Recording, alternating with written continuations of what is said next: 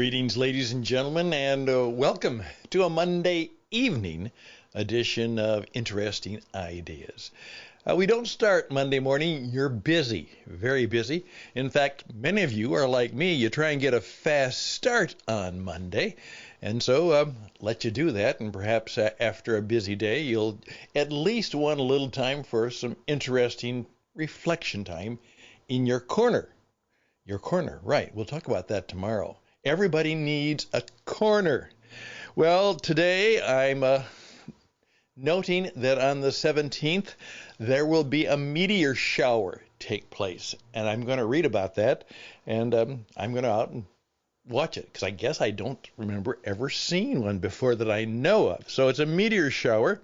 And the elections now, it turns out, in America, come down to perhaps an election in Georgia again, between two men, and millions, many millions of dollars, I guess, are being spent in that campaign.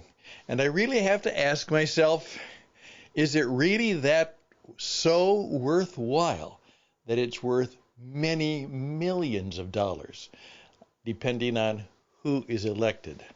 After looking at them, I'm not particularly sure that either one of them, they're okay, fine gentlemen, but there's nothing very special about either one of them that they bring to the marketplace of ideas and to perhaps governance.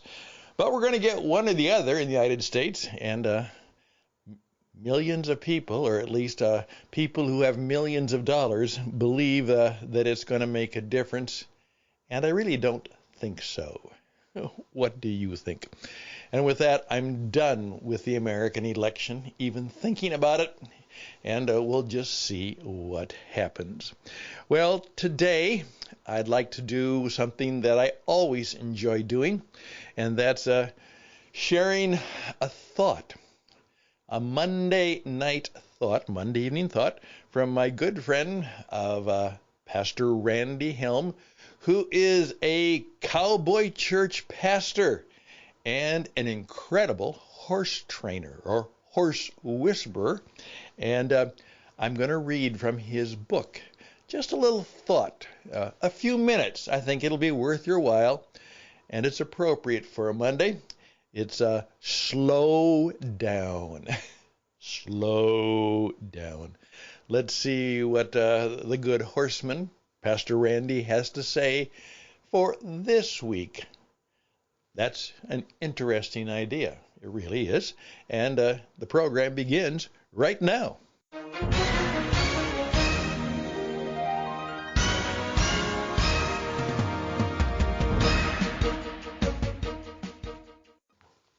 And here we go again.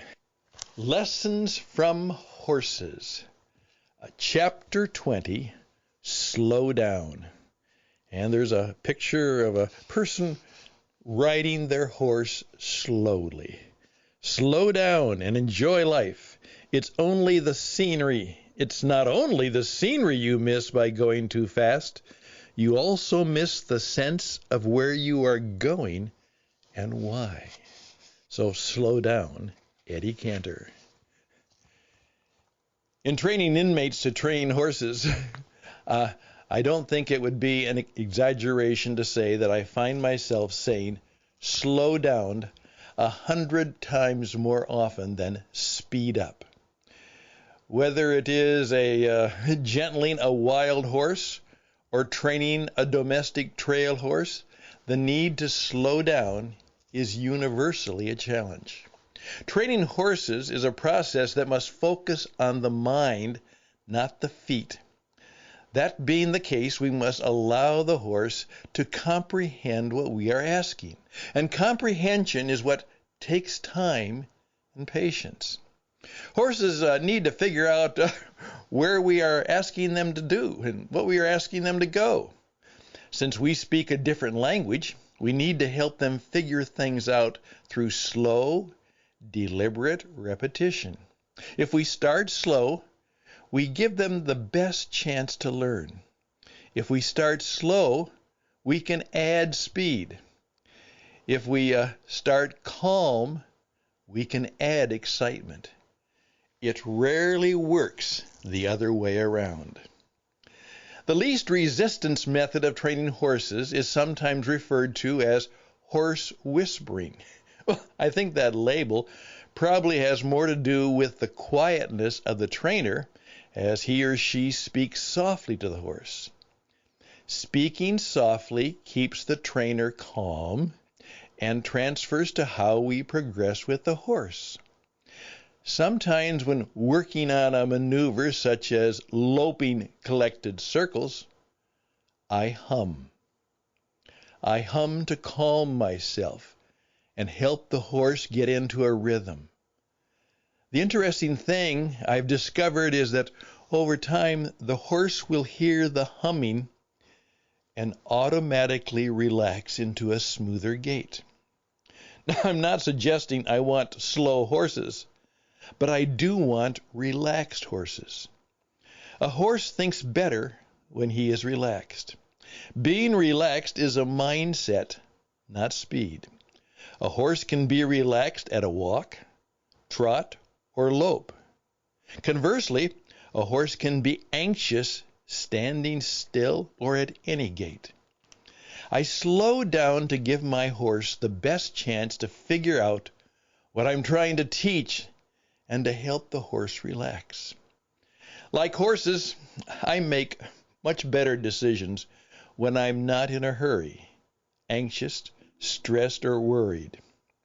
In Shakespeare's classic Romeo and Juliet, Friar Lawrence gives young Romeo some great advice that would have changed the outcome of the tragedy.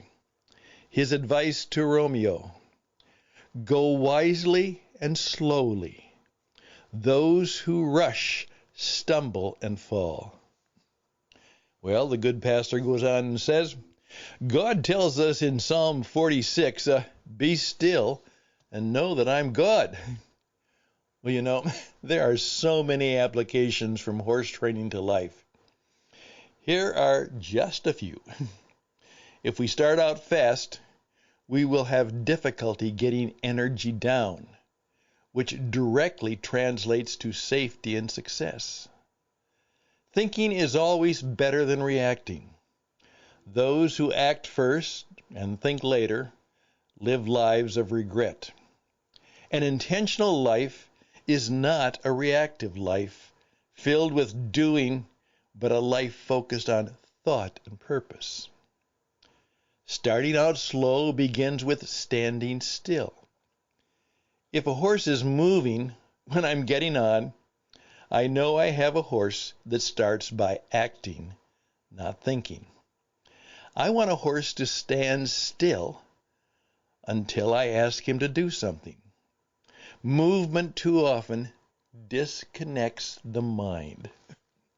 Well, you know what? This is true for people.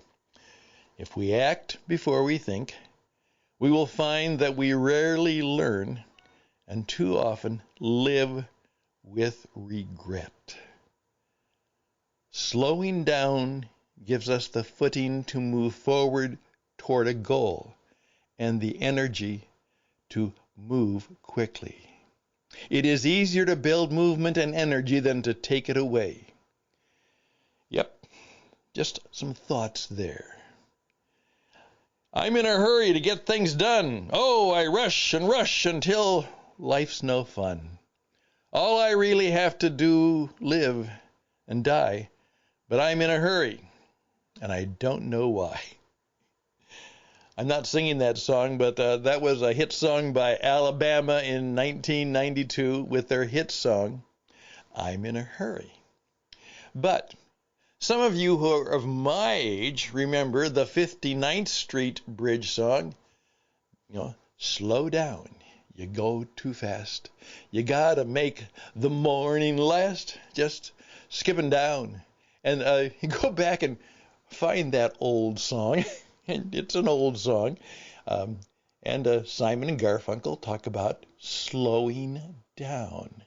Okay, now, Pastor Randy continues. He says we need to slow down to get in touch with God.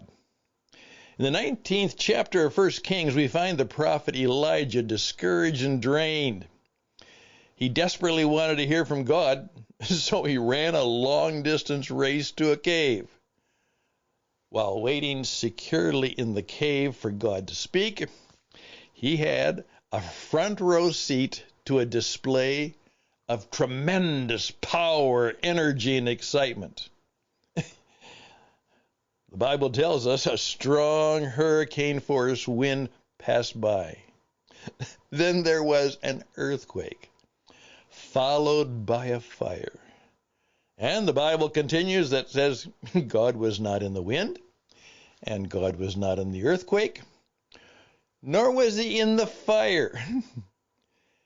After the fire died out and the dramatics ended, Elijah heard a whisper, and he knew it was God. Think about that. Just think about that. Some interesting ideas. I'm Stan Houston, and we'll take a quick break, and then we'll be back.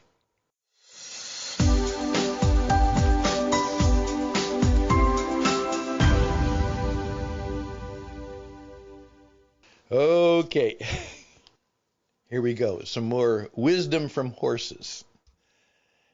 Pastor Randy continues. Pretty spectacular stuff. I would have concluded early on that God showed up, went out of the cave, and got blown off the side of the mountain.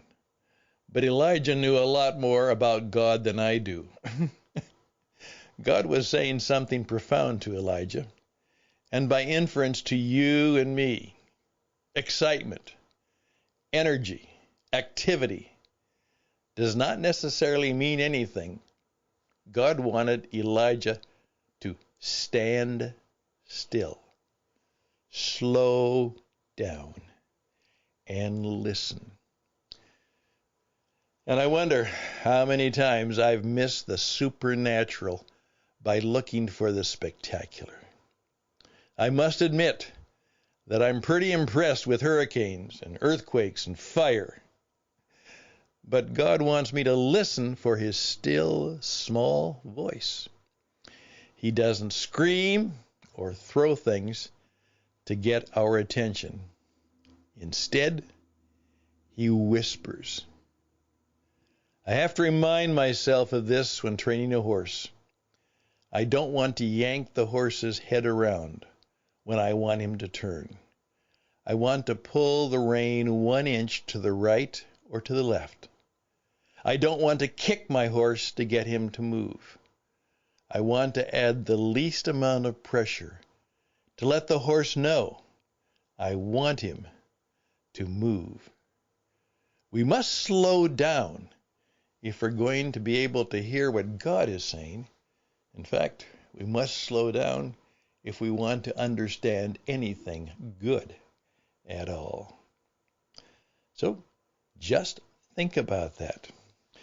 As Rod Serling used to say many, many years ago, when you're in the twilight zone, which we're all in if we know what's going on, when you're in the twilight zone, just an idea for your thought and consideration. Randy Helm, Lessons from Horses. Look it up and buy it. Pastor Randy's going to be around on the program from time to time, but I just wanted to give you a preview of his wisdom. So thank you very much for listening. Give me just a minute and I'll be back. I have a concluding request and we'll go from there.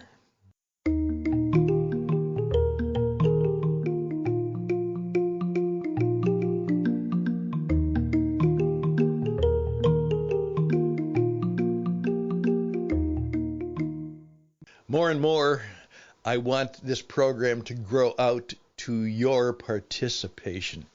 We've been making this particular part of our podcast. We've done hundreds, thousands of podcasts.